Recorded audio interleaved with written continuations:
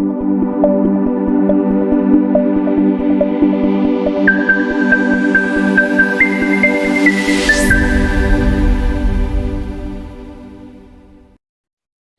this video, I will be explaining about the fourth industrial revolution, what are the different characteristics of the fourth industrial revolution, and how it affects and disrupts and change teaching and learning.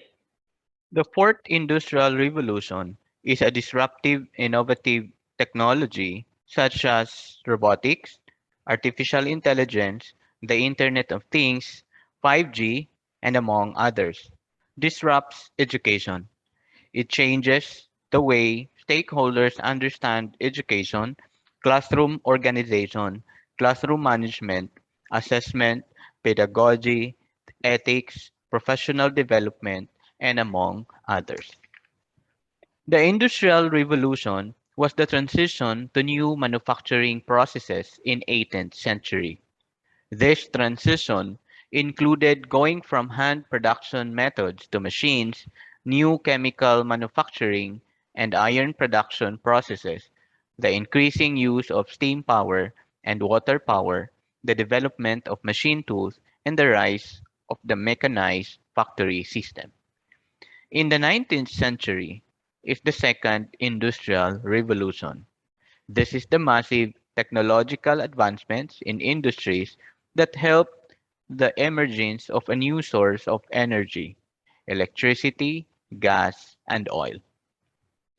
The third revolution, or the computer and internet-based knowledge time, brought forth the rise of electronics, telecommunications, and of course, computers, or information and communication technology. The third industrial revolution opened the doors to space expeditions, research, and biotechnology through the new technologies, through the new process of computing, which is any goal-oriented activity requiring, benefiting from, or creating computers. As summarized and published on the website of the World Economic Forum, the Fourth Industrial Revolution is a new chapter in human development, enabled by the technology advances that are commensurate with those of the first, second, and third industrial revolutions, and which are merging the physical, digital, and biological worlds in ways We are wondering what is happening to the world. Everything is changing.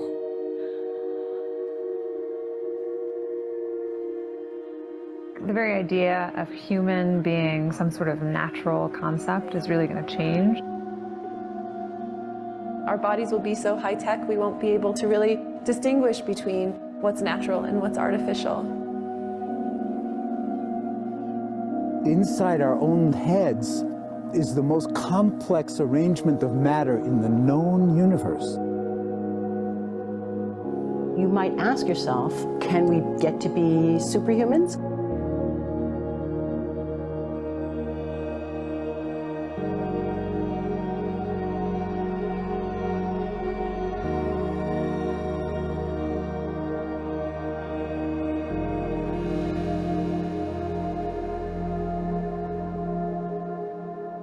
The original Industrial Revolution was driven by the discovery that you could use steam engines to do all kinds of interesting things. But that was followed by additional revolutions for electricity and computers and communications technology. We're now in the early stages of the fourth industrial revolution, which is bringing together digital, physical, and biological systems. One of the features of this fourth industrial revolution is that it doesn't change what we are doing, but it changes us. With the ability to visualize brain activity, for example, through a simple consumer-based EEG device, it gives us access to ourselves in ways that we've never before thought possible. It unlocks the black box that is the brain and enables us to really, truly be able to realize an identity that is aspirational. There's now a scientific foundation for the effects of mindfulness on the brain, on the genome, on biological aging. And when the human mind does know itself, then you get the potential for a new renaissance that restructures itself in terms of our relationship to life, our relationship to the planet, our relationship to work. We need a different economic model. And by that, I don't mean capitalism versus communism. What I'm talking about is a shift in the system along the lines of the two big changes that happened in the 20th century, Keynesianism, with a much greater focus on health and education and the role of government working with business, and then a reaction against that in late century to neoliberalism, where the focus was on free markets, freedom of the individual, and getting governments out of the way. We need a shift to a new system that will allow us to meet the basic needs of every human on the planet, that will live within planetary means, that will be fairer, and that will be focused as its key goal, not on growth per se, but on maximizing human well-being. And history tells us that a values shift is triggered by creation of a new story about how we want to live. I see the circular economy as something which fits very closely with mankind's goal to be innovative and creative and to always progress. We can use asset tracking, we can use IT, we can use 3D printing to enable this different economic model to recover materials, feed them back into the economy, and really to decouple growth from the resource constraints we have. The reason we live in cities is not different today than it was 10,000 years ago. Even if we have got networks connecting us, we still want to have places where we meet in person. So this means the place where we work and the place where we live are much closer to each other, a city where we don't need to have big supply chains in order to produce things, where many things can be sourced locally thanks to 3D printing and robotics.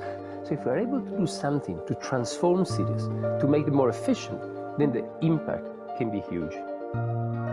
Think about the prospect of getting rid of plastics. We must not only be inspired or informed by nature, but actually use natural organisms with which to design products and building parts. Only instead of varying material properties, we're varying biological functionality.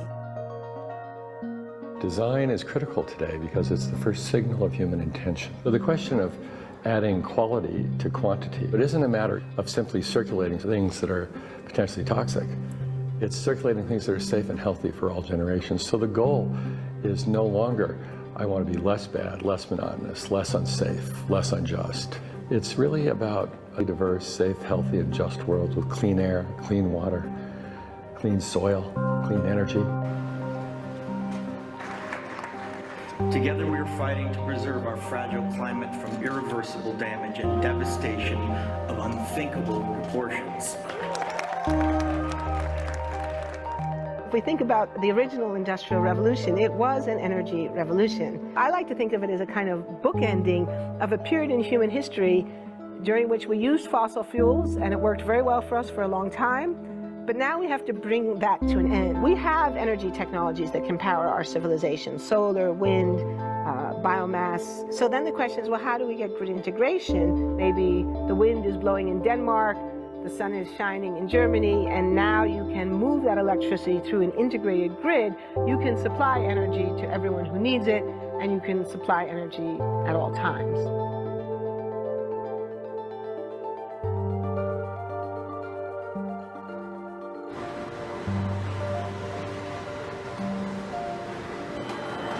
Walking around, you do see different stuff as far as like the body marriage line.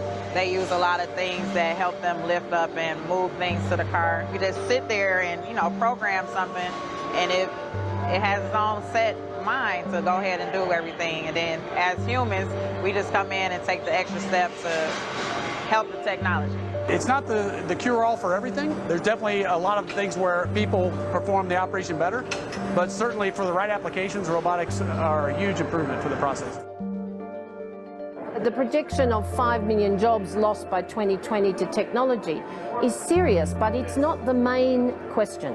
Construction, manufacturing, services, public health and education, these industries will still exist.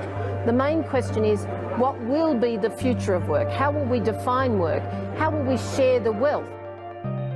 From the viewpoint of the labor or jobs, now we really need new education or new training.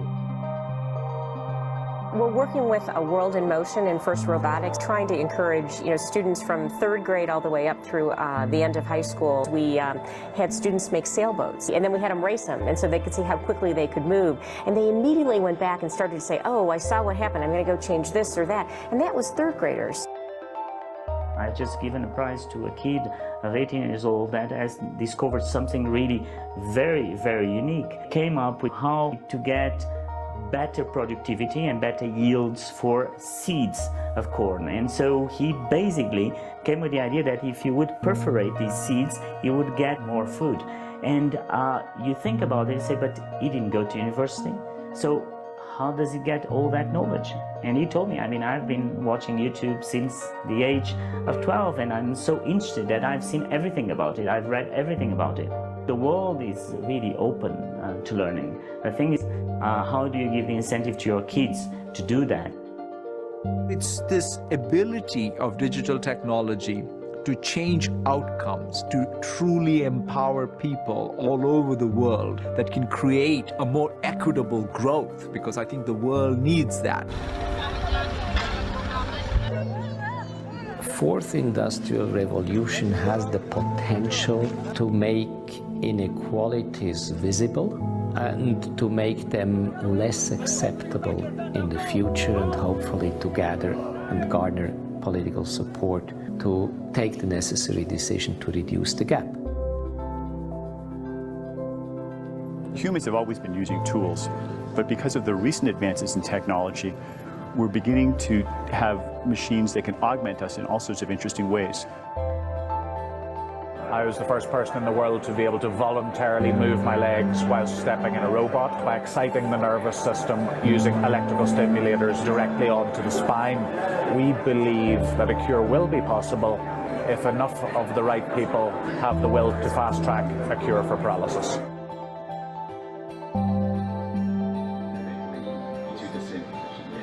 We take two things from the patient. First, we take a 3-dimensional X-ray and we extract the 3-dimensional data out of that so we can make a perfectly shaped puzzle piece. And then we also take a sample of fat tissue from the patient so that we can extract the stem cells out of those. And we use those stem cells with this 3-dimensional scaffold that we fabricate, and after 3 weeks we have a piece of living bone that's ready for implantation. Being able to use genome editing to understand the genetic changes that lead to cancer, and technologies like drug delivery, getting molecules into particular types of cells. There's a lot of excitement about being able to move much more quickly on this disease. One of the things that I think is so essential to free and open societies is freedom of thought. And up until now, the conversation we've been having is around freedom of speech. Once we can access people's thoughts and access people's emotion, we have to create a space that enables people to think freely, to think divergent thoughts, to think creative thoughts. And in a society where people fear having those thoughts, the likelihood of being able to enjoy progress is significantly diminished. We need to take responsibility at every level of society, from the individual and the personal to the institutional to the global, to adapt to these technological challenges and changes, which are redefining what it means to be human, what it means to work, what it means to be completely embedded in this world. People always ask me if I'm an optimist or a pessimist. The technology exists, but how do we get it and implement it at the scale we need at a price that people around the world can afford? Even though we have everyday problems we have to solve, we have to find a way to lay the foundations for the innovations of tomorrow.